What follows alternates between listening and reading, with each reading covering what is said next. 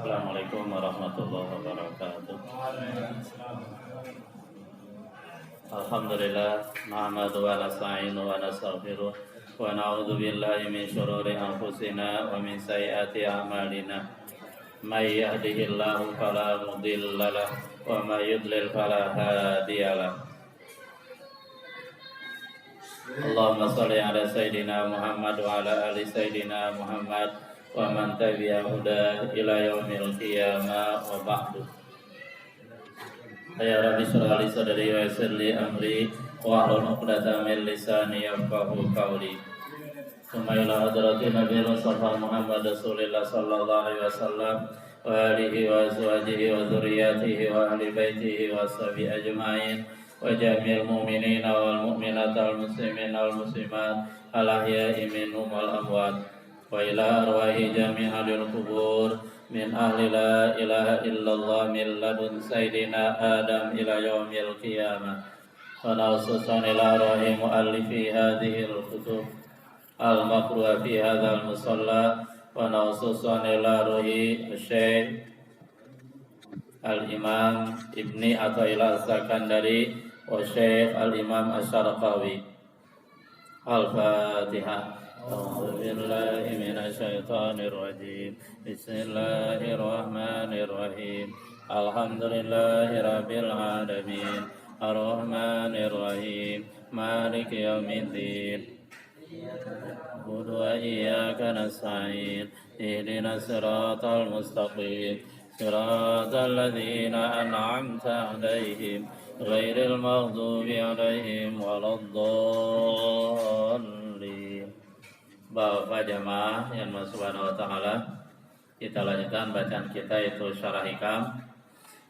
Silakan dibuka halaman 38 ya. Ini masuk yang juz 2 ya.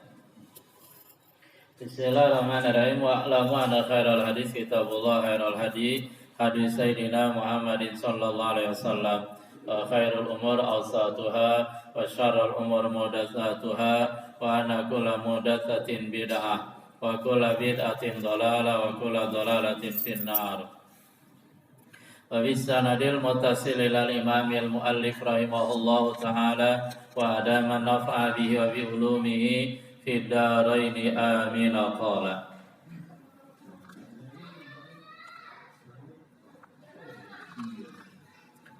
ma ahbabta syai'an.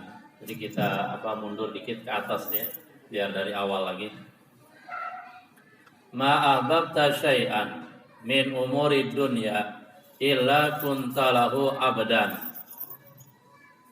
Ma ahbabta syai'an illa kunta lahu abdan.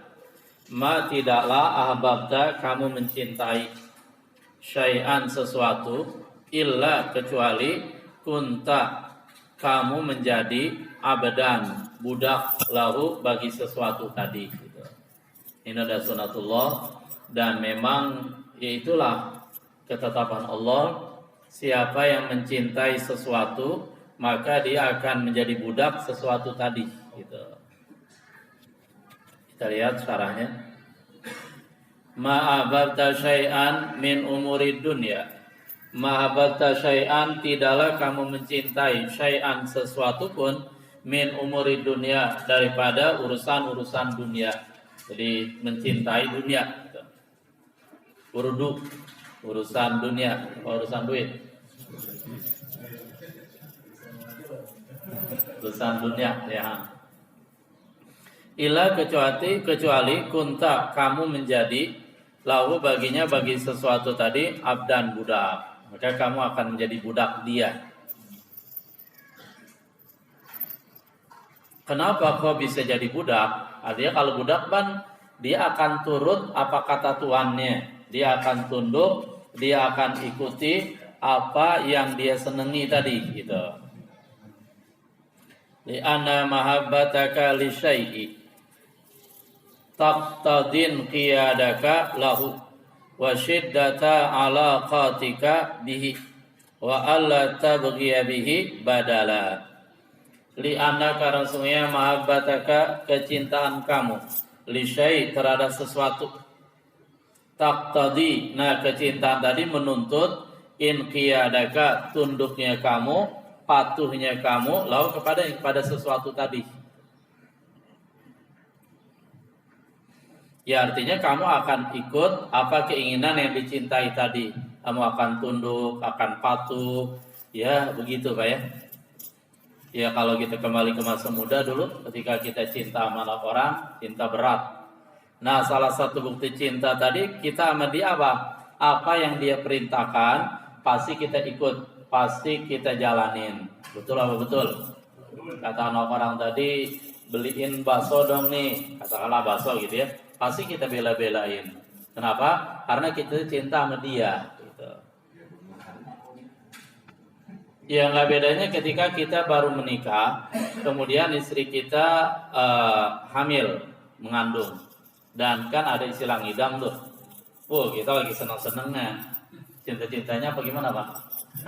Pokoknya kita lagi senang, lagi cinta dan seterusnya. Apapun yang dia pinta, pasti kita usahakan. Katakanlah jam 1 malam dia pengen minta mangga muda maksudnya pasti kita usahakan. Betul Pak ya? Itu tanda cinta tuh. Makanya kalau cinta kepada sesuatu, kita akan tunduk kepada sesuatu tadi. Ya repotnya begitu. Kalau cinta jabatan, ya sudah dia akan tunduk kepada jabatan. Cinta kepada duit, akan tunduk kepada duit. Satu tuh. Kenapa kamu akan menjadi budak orang atau sesuatu yang kamu cintai? Alasannya pertama, karena pertama kamu akan tunduk kepada dia.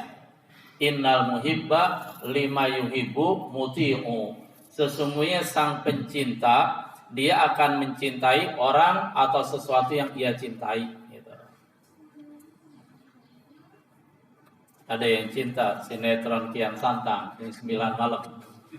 Biasanya dibela-belain untuk kayak, udah jam 9 nih, udah stoplah seluruh kegiatan. Ayo siap, tunduk, patuh kita kepada sinetron Kian Santang. Karena cinta, nah semakin cinta semakin tunduk gitu.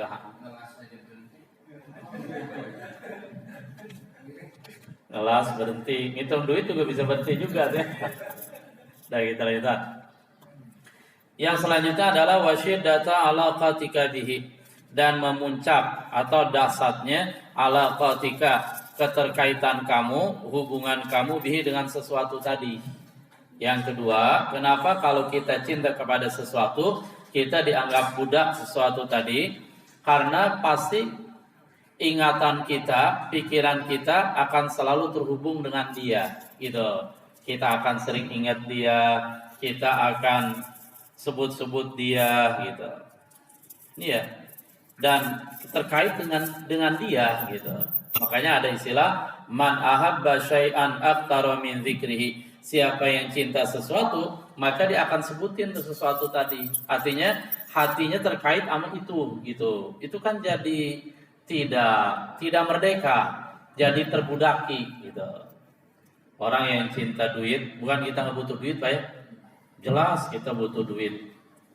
Bikin rumah pakai duit, makan pakai duit, menikah pakai duit, menikah lagi sama pakai duit juga, sampai meninggal dunia pakai duit juga. Bukan nggak butuh ya. Cuma permasalahannya ada orang yang cinta sehingga dia menjadi budak duit tadi. Ada orang yang dia cinta dunia hanya sebatas tenggorokannya saja, nggak masuk ke hati. Nah ini yang bagus yang kedua, gitu.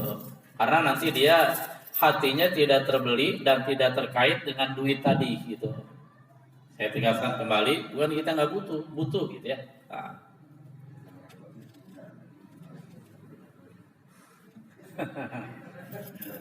Iya ya. Istri nanya, Bapak cinta nggak sama saya? Gitu ya. Oh cinta benar, cinta mati. Tiada yang aku cintai kecuali engkau.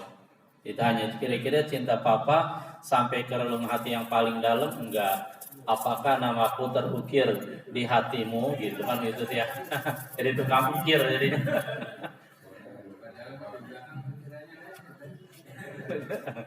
Katanya ukiran lain beda tuh ya. Bapak tanduren terukir. Jawab, Mama, yang terukir di dalam hatiku adalah Allah. Sedangkan cintaku padamu hanya sebatas tenggorokan. Gitu. Diusir nggak Pak? Usir Pak ya?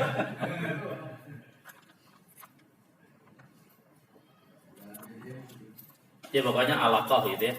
Makanya orang yang cinta sholat jamaah, dia hatinya selalu terkait dengan masjid. Zuhur, Allahu Akbar, hayya ala sholat, mari sholat. Buru-buru dia ke masjid sholat jamaah. Nah nanti walaupun dia aktivitas, nanti dia akan menunggu sholat zuhur, sholat asar. Dia akan menunggu lagi waktu asar. Begitu waktu asar, Allahu Akbar, hayya ala sholat. Dia ke masjid, dia jamaah lagi. Tandanya apa? Hatinya terkait dengan masjid, gitu. Terkait dengan sholat jamaah. Itu yang kedua. Yang ketiga, kenapa ketika kita cinta suatu, kita dianggap budak dia? Hati kita terbeli oleh dia, hati kita tidak merdeka, tetapi hati kita ya terkait dengan dia, gitu. Yang ketiga adalah wa alla tabghiya bihi badala, dan bahwa kamu tidak mau mencari bihi sebagai gantinya, ganti sesuatu tadi, badala ganti. Kalau udah cinta sama A, ini cinta beneran Pak ya, wajib tadi tenggorokan doang. Itu pasti nggak mau cari gantinya, gitu, enggak. Cinta nih sama mobil, pasti dia nggak mau mobil yang lain, pasti itu yang dicintai. Nah, ketika dia sudah pengen mobil yang lain, yang lebih bagus lagi, yang lebih modern lagi, yang lebih mahal, itu tandanya cintanya udah luntur sama yang pertama. Betul? Iya. Kalau beneran cinta, itu nggak mau cari ganti lagi, gitu. Sudah, jangan dibahas lebih lanjut. Terbagi lagi, bagi-bagi jadinya.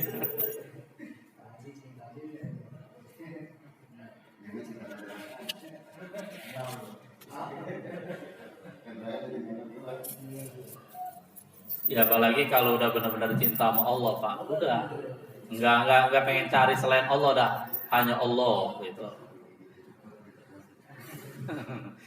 Kita lanjutin ya. Kama qila, sebagaimana dikatakan, hubbuka li syai'i yu'mi wa yusimmu. Hubbuka, cintanya kamu, li syai', terhadap sesuatu. Kalau udah cinta sama sesuatu, yu'mi, cinta kamu kepada sesuatu tadi, yu'mi, dia akan membuat kamu buta. Bener Pak, buta ya. Kalau udah cinta beneran, buta. Artinya dia tidak mampu lagi menalar dan dia tidak mampu melihat. Oh ini begini, oh ini begini, yang ini itu, dan enggak. Pokoknya udah dia cinta total, buta. Matanya buta gitu. Wa yusimmu, dan cinta tadi membuat seseorang tuli, membuat seseorang budak. Udah dia nggak mau dengar nasihat. Orang kalau udah cinta sama minuman keras, kalau udah cinta sama apa tuh Pak yang mabokan, ya narkoba, apa jenisnya yang lain, ganja, minuman keras. Udah kalau udah cinta kayak gitu udah susah Pak. Dia matanya buta, dia tidak mampu melihat bahwa minuman keras itu berbahaya. Udah nggak mampu melihat dia bahwa minuman keras itu bisa meracuni tubuh dia dan seterusnya. Udah dinasehatin juga minuman keras itu bahaya, dilarang oleh Allah, saraf-saraf otak akan rusak. Kira-kira dia dengerin nggak Pak? Enggak, tuli udah dia gitu. Emang gitu sunatullahnya ya.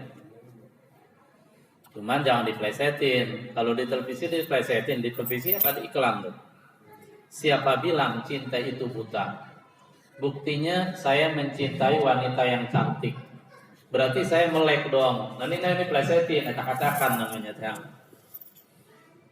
Wa hadza ma'nas tibadihi laka. Dan inilah tadi tuh, kamu tunduk kepadanya, hati kamu selalu terkait dengannya, kamu udah nggak mau nyari ganti yang lain kecuali ya hanya dia gitu. Makna istibadihi itu adalah arti istibadihi, sesuatu tadi menjadikan budak, laka kamu, bagi kamu. Itulah arti sesuatu tadi menjadikan kamu budak dia gitu. Nah makanya nanti tergantung yang kita cintai, Allah apa makhluk. gitu. Nanti masing-masing ada konsekuensinya. Fa in ahbabta ghairallahi faqadis ta'badaka dzalikal ghairu ka inam ma kana. Fa in maka jika ahbabta kamu mencintai ghairallah, kalau cinta selain Allah, cinta makhluk. Ya harta, tahta, wanita, rumah, mobil, uang, apa aja lah gitu ya.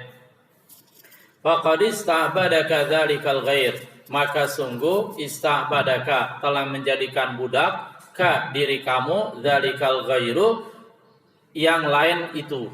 Maka selain Allah itu artinya makhluk tadi telah menjadikan kamu budak dia gitu. Dan itu betul nyata, Pak. Hadza waqi wa musyahad al-bahasa itu. Ini real, nyata, wa musyahad dan disaksikan. Sehingga kalau kamu mencintai selain Allah, maka selain Allah tadi akan menjadikan kamu budak dia gitu. Kainam makana. Hal keadaannya, keadaan ghair tadi, kainan apapun makana ada dalikal ghair. Apapun selain Allah itu tadi. Tata, harta, wanita, kedudukan, rumah, mobil, semuanya lah gitu ya. Ini ajaran Islam nih Pak. Sebenarnya yang Allah inginkan dari kita, apakah kita harus mencintai selain Allah sehingga kita menjadi budak selain Allah, atau kita hanya menjadikan Allah satu-satunya yang kita cintai. La mahbuba illallah ma fi qalbi ghairullah, tidak ada dalam hatiku kecuali Allah. La mahbuba, tidak ada yang dicintai kecuali Allah. Atau Allah hanya ingin atau Allah hanya ingin bagaimana kita menjadikan Allah sebagai sesuatu yang kita cintai, atau kita hanya mencintai Allah. Kita lihat nih, mana yang Allah perintahkan.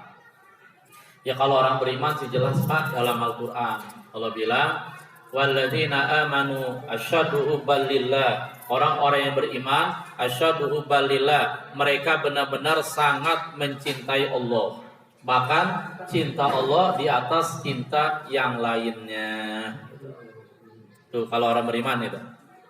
Kita bukan gak beriman Pak, kita beriman, cuma iman kita gak sempurna. Karena iman kita gak sempurna, mana buktinya? Kita seringkali lebih mencintai selain Allah. Betul? Bukan gak ada iman, ada, cuman imannya gak sempurna. Kalau orang iman udah sempurna, pasti dia hanya mencintai Allah. Dia mencintai Allah di atas segalanya.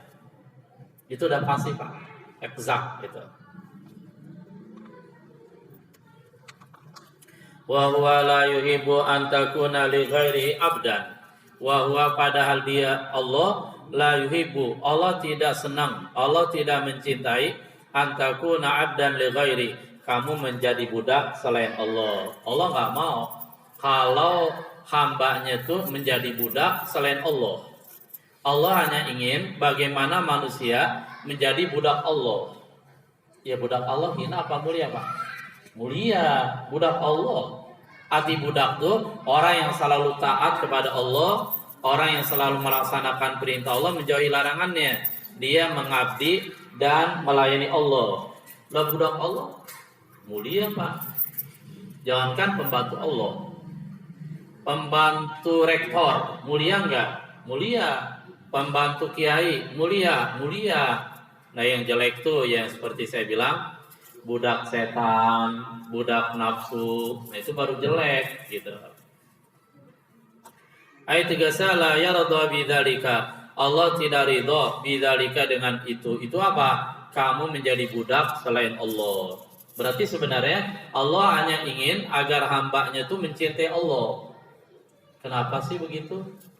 Ya kalau kita mau jelasan, itu emang jalan yang lurus itu.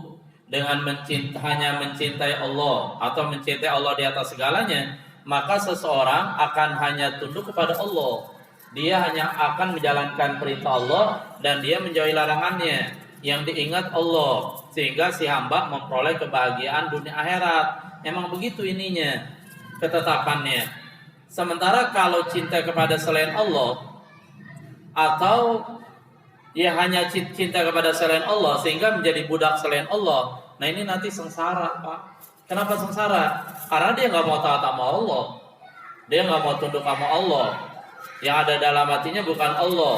Yang dibela bukan Allah. Sementara dia akan hanya tunduk, dia akan patuh, dia akan melayani, dia akan laksanakan dan menjauhi larangan perintah selain Allah. Kan jadi nggak lurus jalannya. Logikanya begitu, gitu. Walaupun ketika kita nggak paham, kita bilang, kok ribet-ribet amat sih, hidup harus cinta hanya kepada Allah, gitu. Ya Allah, lanjut. Wa fil hadits, dan diriwayatkan dalam hadis.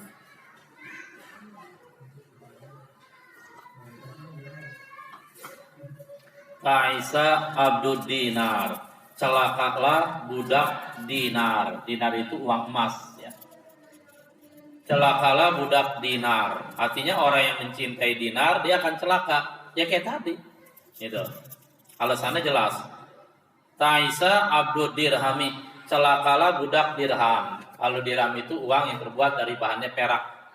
Artinya celakalah orang yang mencintai mata uang, rupiah, real, dolar, pound sterling, rubi, segala macam lah gitu ya. Kata Rasulullah dia akan celaka. Kenapa celaka? Ya karena dia akan tunduk kepada dinar tadi itu. Dia akan tunduk kepada uang tadi. Dia akan membela uang tadi. Yang diingat hanya uang. Dia akan tunduk kepada yang tadi. Dan dia nggak tunduk pada Allah. Lanjut. Wa zaujati, dan celakalah budak istri. Nah, budak istri itu ya.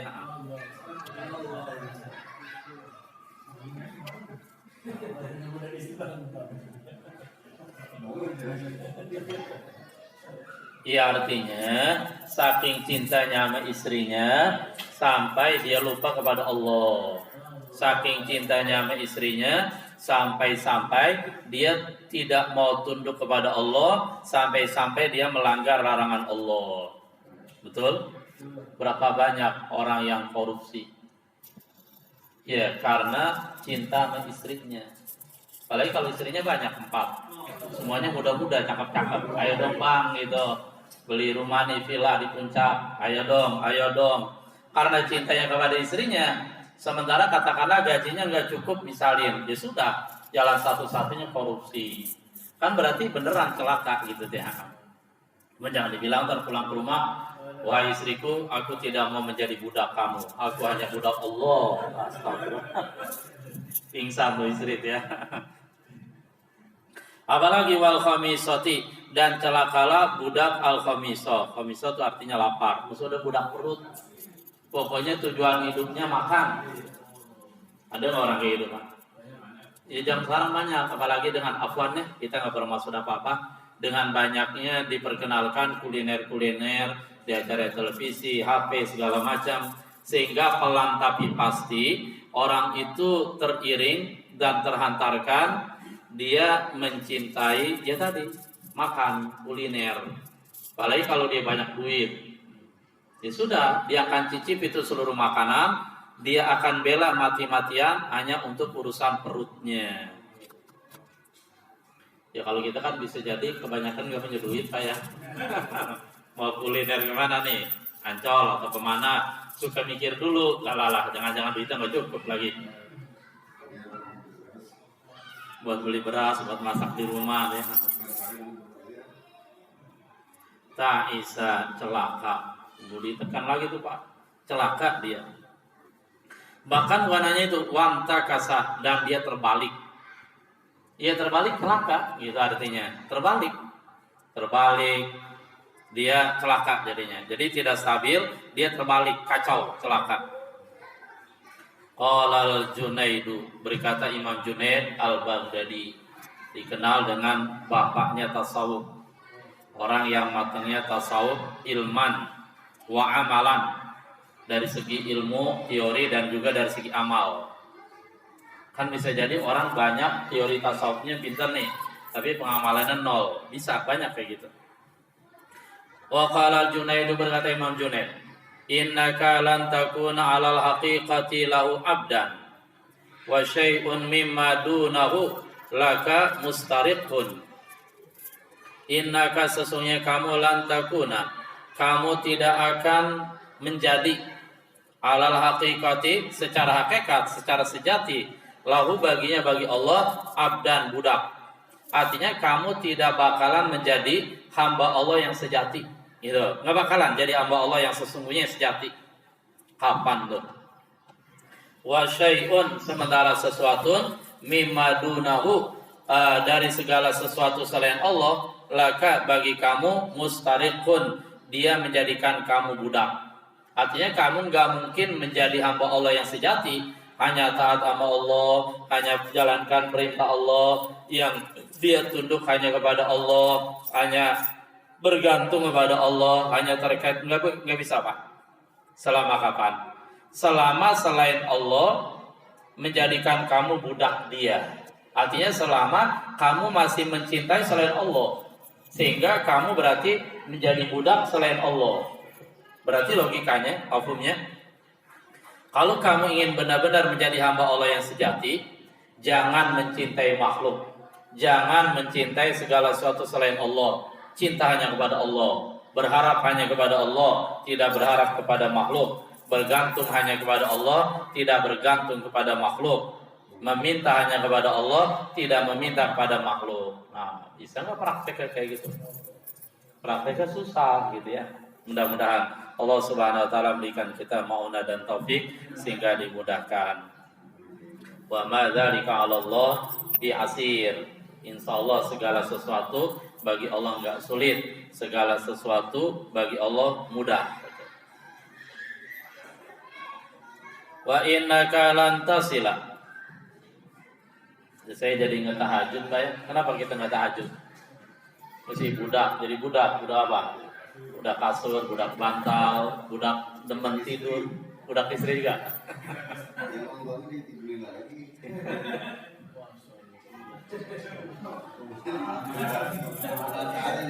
Bangun ditidurin lagi, apa tidur dibangunin?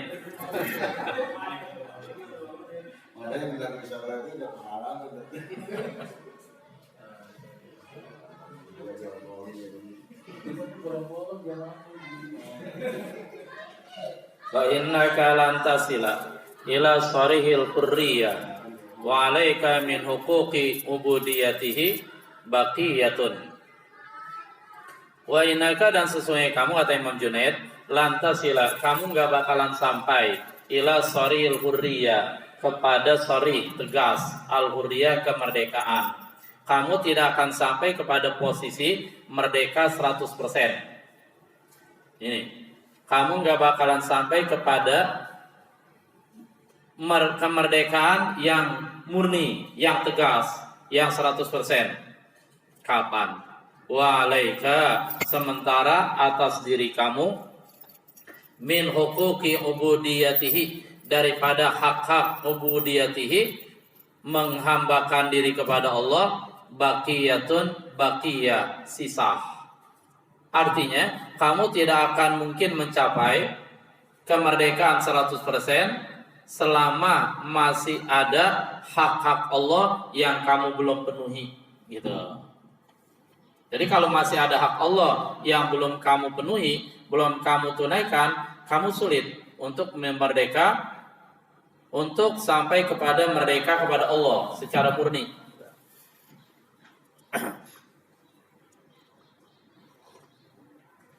Al-mukatabu abdun ma baqiya alaihi dirhamun. Al-mukatabu, budak mukatab. Tahu apa budak mukatab? Budak mukatab tuh gini. Katakanlah saya punya budak, namanya Bilal. Ini contoh saja Pak ya.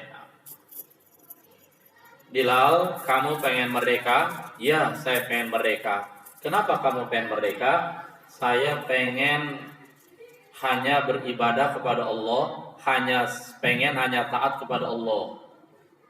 Karena kalau saya masih jadi budak Tuhan, satu sisi saya memang harus taat kepada Allah, di sisi lain saya juga ya wajib taat sama Tuhan.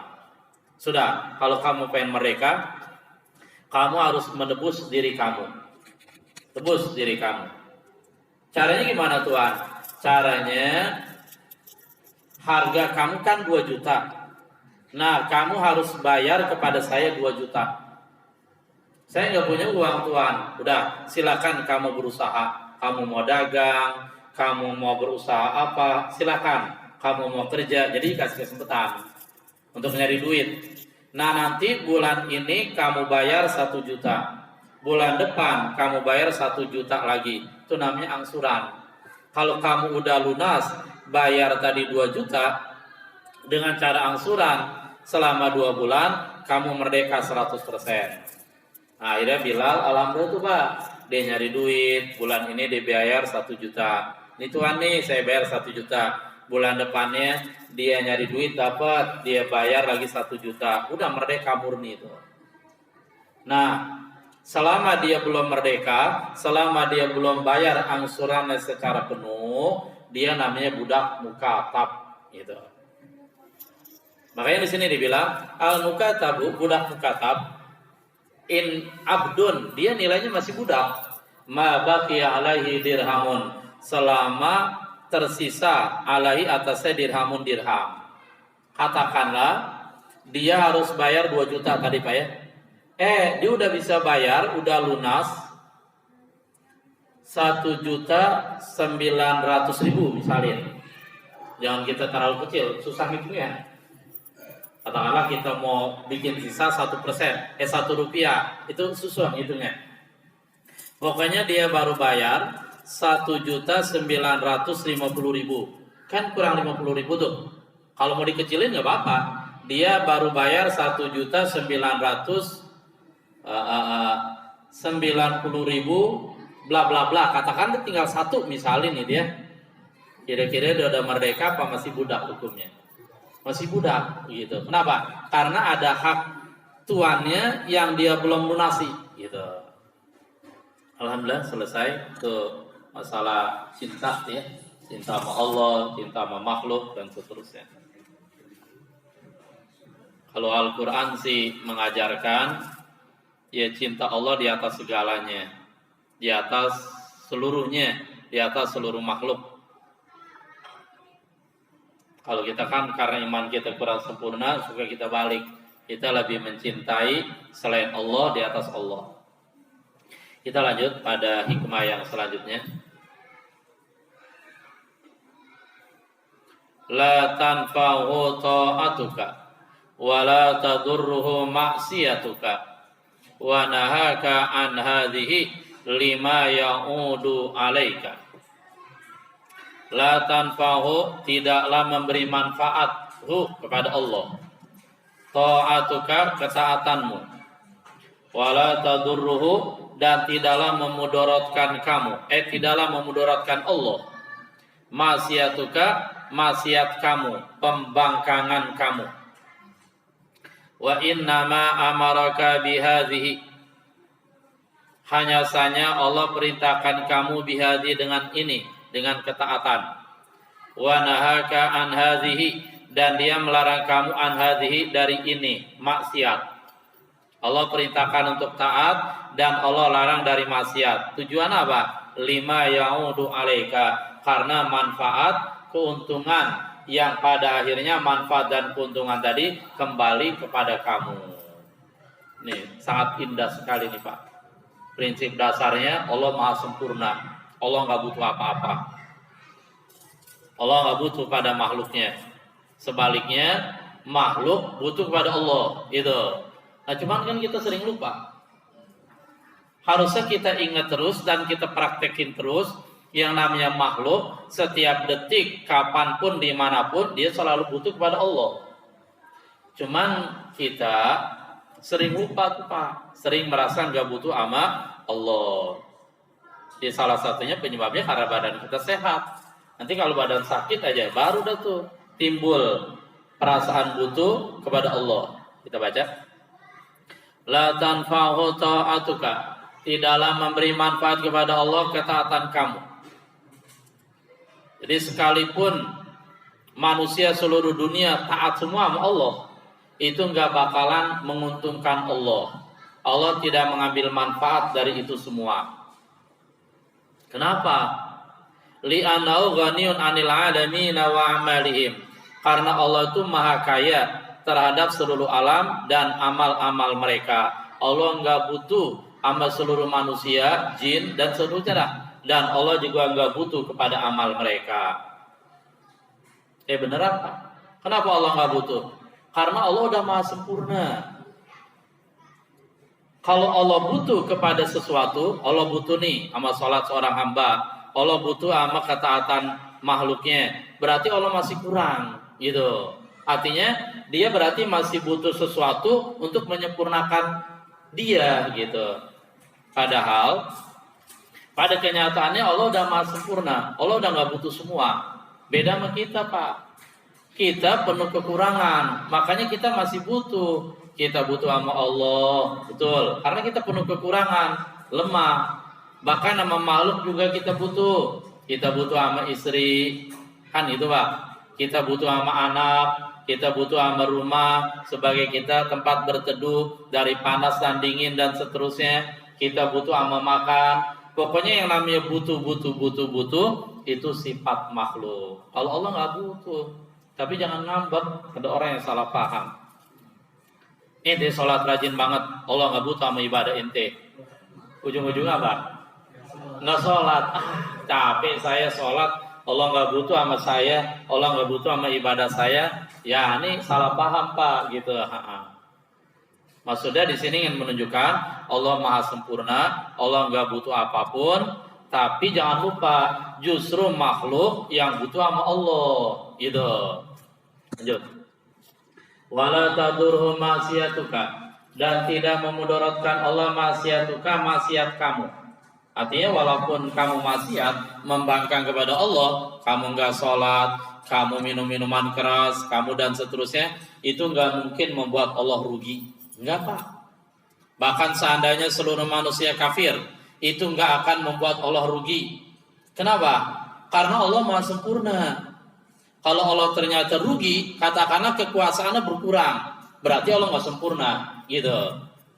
Jadi enggak Pak, Allah itu maha sempurna. Bahkan tidak ada satupun makhluk yang mampu memudaratkan Allah. Di sini dibilang litanazzuhi ta'ala an ayyasila ilahi makrun min khalqi. Karena terhindarnya Allah Ta'ala dari ayyasila ilai, bahwa sampai ilai kepada Allah makruhun, sesuatu yang dibenci, sesuatu yang tidak diingini, min khalqi, dari makhluknya. Karena enggak ada satupun makhluk Allah yang mampu melawan Allah, mampu memudaratkan Allah, mampu membuat Allah bahaya dan seterusnya. Allah ghalibun ala amri, Allah maha menang atas seluruh urusannya. Allah ghalib. Lalu kalau gitu buat apa ibadah kalau Allah nggak butuh? Itu kan Pak ya?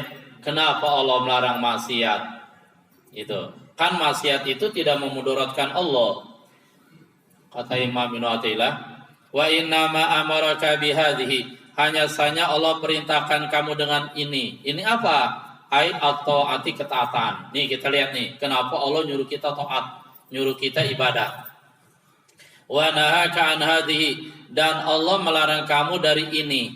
Ini apa? Ail maksiati, tegasnya maksiat. Kenapa Allah menyuruh kita taat kepada Allah, ibadah, laksanakan perintahnya? Kenapa Allah melarang kita daripada maksiat, membangkang kepada Allah, melanggar perintahnya atau melanggar larangannya, gitu, meninggalkan perintahnya atau melanggar larangan? Kenapa? Kan tadi katanya Allah nggak butuh dan Allah nggak bakalan dimudaratkan, artinya Allah nggak bakalan terkena bahaya, terkena mudarat. Jawabannya lima yaudu alaika, karena sesuatu yang yaudu kembali sesuatu tadi alaika atas kamu. Nah sesuatu itu apa? Minal manafi'i wal masalihi fid darain, yaitu manfaat-manfaat dan kemaslahatan-kemaslahatan fid darain. Darain itu artinya dua negeri. Dua negeri apa Pak? Dunia dan akhirat. Jadi jelas di sini kenapa Allah menyuruh kita taat, kenapa Allah menyuruh kita ibadah, sholat, puasa, haji, baca Quran dan seterusnya. Dan kenapa Allah melarang kita daripada maksiat, tinggalin tuh maksiat. Jawabannya di sini karena untuk kemaslahatan hamba, karena untuk manfaat dan kemaslahatan dunia dan akhirat, dan kemaslahatan tadi dan manfaat tadi hanya akan kembali kepada si hamba. Allah nggak ngambil untung Pak, dan Allah nggak bisa dimudorotkan gitu.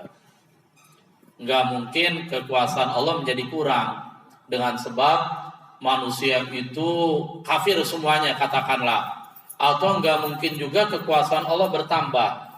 Katakanlah ketika seluruh manusia beriman jadi orang soleh, orang benar semuanya. Enggak Pak, Allah udah sempurna, itu jawabannya. Makanya manfaat dan mudorot itu kembali kepada si hamba gitu. Kalau hamba taat kepada Allah, tinggalkan maksiat, maka dia akan memperoleh manfaat dari itu semua. Tetapi ketika si hamba tidak mau taat kepada Allah, atau dan dia melanggar maksiat Allah, melanggar larangan Allah, maka mudorotnya kembali kepada si hamba. Gimana Pak? Betul nggak? Contoh kasarnya judi dah. Orang tuh kalau judi, Masya Allah, ujung-ujungnya hidupnya bahagia apa melarat? Melarat Pak, nggak percaya. Lihat nyanyian obat, judi, gitu dia. Apa sih lanjutannya? Pokoknya melarat dah. Kenapa sih melarat? Ya, karena nggak jelas. Nasib keuntungan dalam judi nggak jelas. Terkadang dia menang, terkadang dia kalah. Banyakan menangnya, banyakan kalahnya. Banyakan kalahnya, paling menang sekali, kalah 1000 kali. Nah kalau udah kalah, berapa banyak uang yang habis? Berapa banyak yang dikorbankan? Apalagi judi-judi zaman dulu tuh, zaman jahiliyah. Istrinya dikorbanin sebagai taruhan judi. Iya, kalau istrinya 4 masih ada sisanya. Kalau istrinya 1, ya artinya saking dasar itu judi gitu. Orang yang menang judi, dia nggak bakalan berhenti judi karena dia penasaran.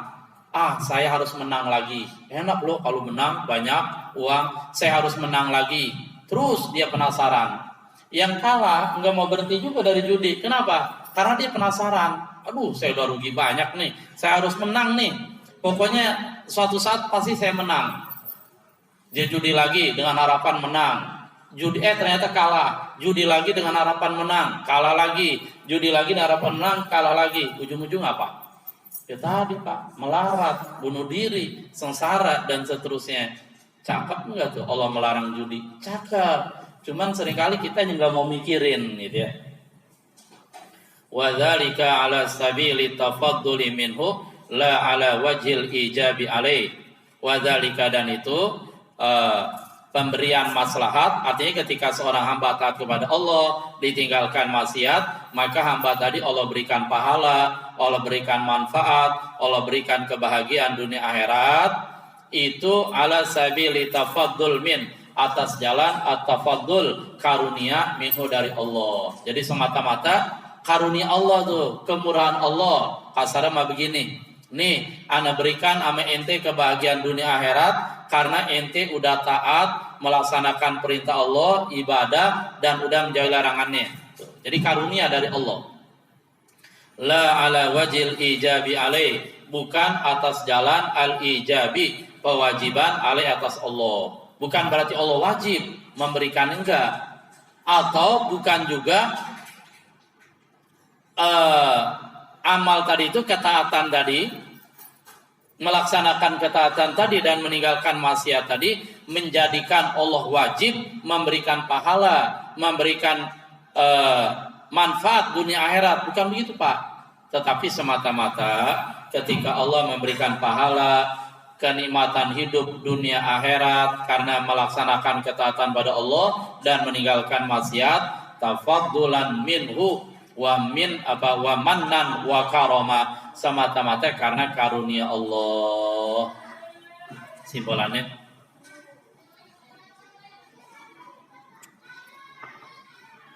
bahwa Allah itu maha sempurna kekuasaannya. Udah, pokoknya Allah sempurna dah.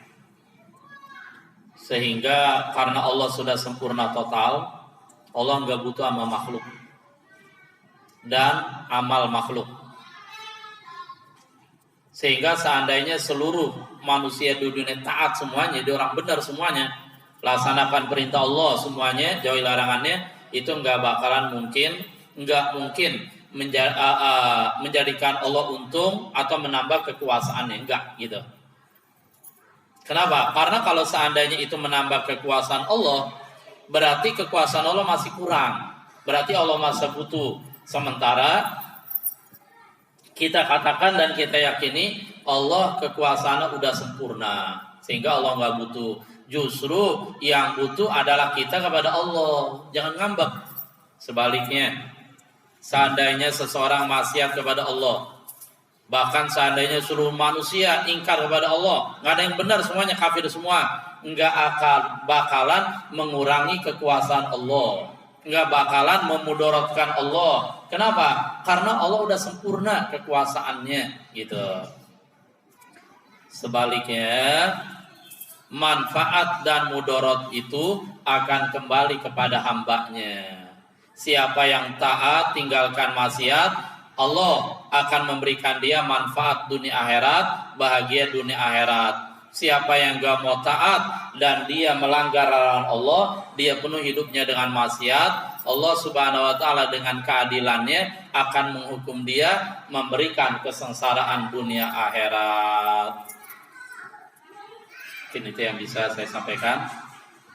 Tadi pertama kita bicara tentang cinta kepada makhluk, cinta kepada Allah.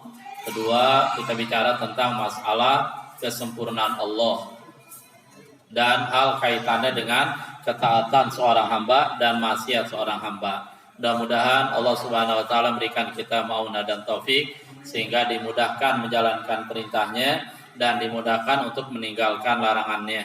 Mudah-mudahan juga Allah Subhanahu wa taala mengarahkan hati kita sehingga kita mencintai Allah, sehingga kita tidak mencintai kecuali Allah, sehingga kita menjadikan cinta kepada Allah di atas cinta kepada makhluk. Amin ya rabbal alamin. Dan siapa yang cinta kepada Allah, pasti dia taat kepada Allah, pasti dia akan laksanakan perintah Allah dan dia akan jauhi maksiat kepada Allah. Yang benar dari Allah Subhanahu wa taala, yang salah dari kebodohan saya sendiri, mohon maaf atas segala kekurangan. Kita tutup doa kepada majelis. Subhanallah bihamdi, subhanakallah bihamdika, asyhadu an la ilaha illa anta, astaghfiruka wa atubu ilaik. Walhamdulillahirabbil alamin. Assalamualaikum warahmatullahi wabarakatuh.